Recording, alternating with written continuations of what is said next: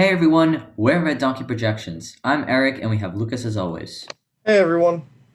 Today is January 7th, 2021, and today we're going to be talking about the Georgia runoffs and not our predictions, but about how it actually turned out. So, just a brief statement that both John Ossoff and Reverend Raphael Warnock were able to beat out both incumbents David Perdue and Kelly Loeffler. We are first going to talk about how accurate our predictions were, and spoiler alert, they were pretty accurate. Then we're going to talk about early voting numbers and talk about how that impacted our predictions. Then we're going to be talking about the polls, which surprisingly were not that far off. And lastly, we're going to be filling in the final Senate map and talk about how that helps Joe Biden. Lots of surprises this video. With that being said, let's get right into it.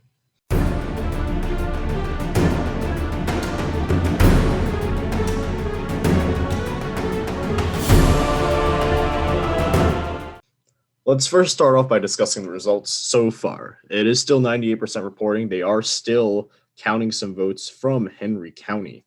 So this lead that John Ossoff and Warnock have right now, it's going to go up because even though you do have some Republican counties still uh, not finished counting their votes, Henry County will bring in a great deal for the Democrats. They will be netting votes. So this is the preliminary number, 98% in. I think what we were surprised about was how they overperformed. We predicted Ossoff would win by 0.3. We predicted that Warnock would win by point. Did we say 0.5, 0.6? 5, and I was like thinking it would be less than that. I was really, really skeptical, but I think the people of Georgia understood how important this race for them, for specifically the Democrats, if they wanted Joe Biden's legislation to be enacted. Exactly. And looking at the early voting, I think we got this one pretty spot on with the early voting. We used the early voting to help determine that this is going to be a huge gap that's got to be made up on election day turnout. And using this data, we knew okay, maybe maybe John Ossoff and Warnock are going to both win this race. But I do want to say, probably one of the biggest surprises of this race wasn't the results itself. I mean, we expected them to win, but the bigger surprise is the vote splitting.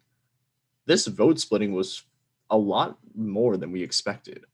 We expected a vote split of like zero point 0.2. This was a vote split of 0.9. And I think that comes down to how Kelly Loeffler was more unpopular, more disliked than David Perdue was. And I guess people did vote for Warnock because of that. But still, in the 0.19, it's a pretty big gap. But at the end of the day, they both were able to clinch their wins. And I think that did come from the early voting. So let's look at the results right now. What helped them to win? First of all, Fulton County, the turnout didn't go down too much. It was still enough to, outweigh some of the rural areas. And I believe there was less of a turnout in these more rural areas, northern in particular of Georgia, compared to the general election. If you remember the general election, Ossoff actually was trailing David Perdue. Looking at this right now, shift from November. Look at this. Almost every single county shifted to the left. And in general, David Perdue and John Ossoff, they outperformed Joe Biden's performance in the 2020 election. And this is right now the Perdue and Ossoff map, which is less blue than the other race. But this was really interesting to see. We saw a lower turnout from more rural areas. We saw the Democrats flip Washington County. We saw the Democrats win Baldwin County. That was very interesting to see. And I guess we really didn't expect the margin to be this large. Very, very interesting. Eric, why don't you touch on the polls now?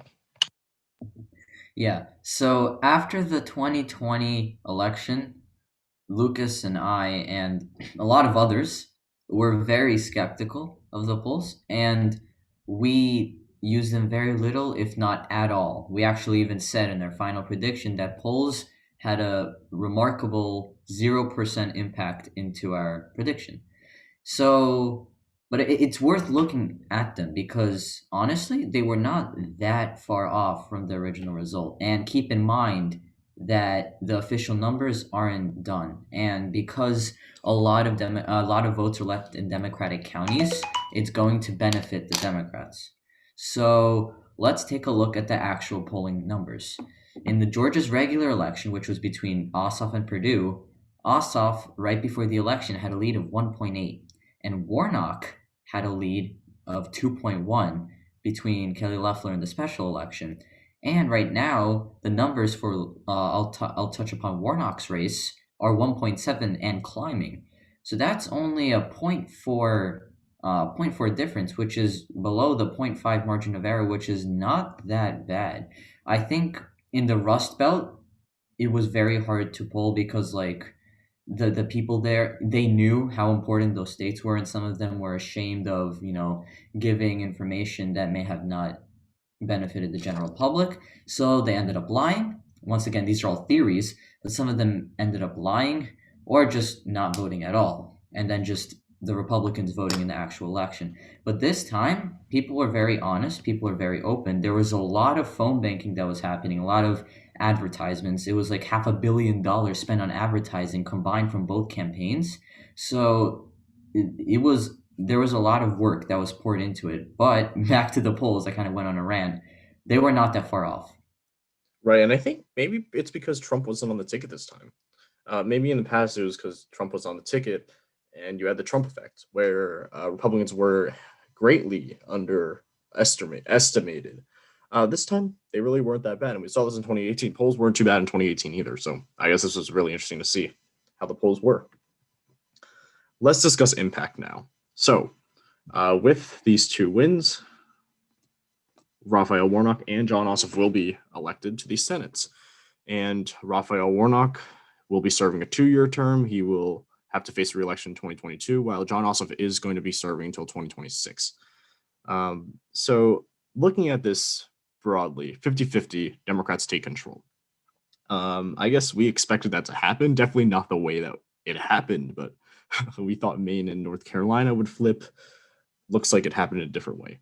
But what does the majority do? First of all, the Democrats can now become chairs of committees instead of being ranking members.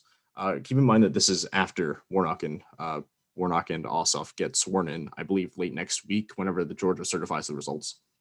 So even though Democrats do have control of the United States Senate, there's still, I want to say, some issues there. And the reason is because there are very, very centrist or even conservative members of the Democratic Party, and probably most notably West Virginia's Joe Manchin. He is very, very centrist, and you could argue conservative. Same with Kirsten Sinema in Arizona, and also John Tester in Montana, Mark Warner in Virginia, Angus King in Maine. There's a lot of these swing voters on the Democratic side, not only the Democratic side, also the Republican side. Lisa Murkowski, Susan Collins. So that's going to be a problem for Democrats. Democrats need to make sure that these centrist members fall in line. And I think the biggest problem for the Democrats to get agenda done is going to be West Virginia Senator Joe Manchin. I saw a lot of memes with Joe Manchin being so powerful now. And the reason for that is because he has said in the past he would not pass progressive agenda. I think he said this on Fox News, actually. He basically said he's not going to support ending the filibuster. He's not going to support DC statehood. So that is going to prove to be an issue for Democrats. So even though they do have the majority, it's not going to be smooth sailing. I mean, if they were able to pick up Susan Collins in Maine, maybe it'd be easier. If they could pick up, I don't know, they could pick up Tom Tillis' seat. That would have been a lot of it easier. But 50-50, maybe they can get a public option through for healthcare. I'm not too sure. I don't remember if Joe Manchin said he supported it. I believe he does, but I'm not 100% certain on that. Eric, do you have anything else to add to this? Not that much. You kind of hit it right on the nail. This is definitely easier for the Democrats to pass legislation than with the Republican majority, but still not the easiest. And once again, we'll get into this in videos of the future.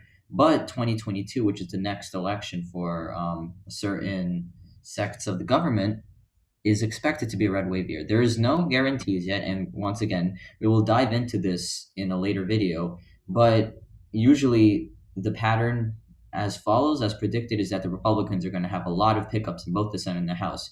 So not only do the Democrats not have that much of a majority, literally they don't. It's just that Kamala Harris breaks the tie, Mhm. but now, Republicans are expected to take back the majority in the Senate, possibly even in the House. So then the last 2 years of Joe Biden's term may get even more difficult. But for now, as a moderate progressive, I feel like Joe Biden is going to have a lot easier of a time, and he can finally start giving ministries like this top of this area and this secretary of this. Before he couldn't do that, but now he can.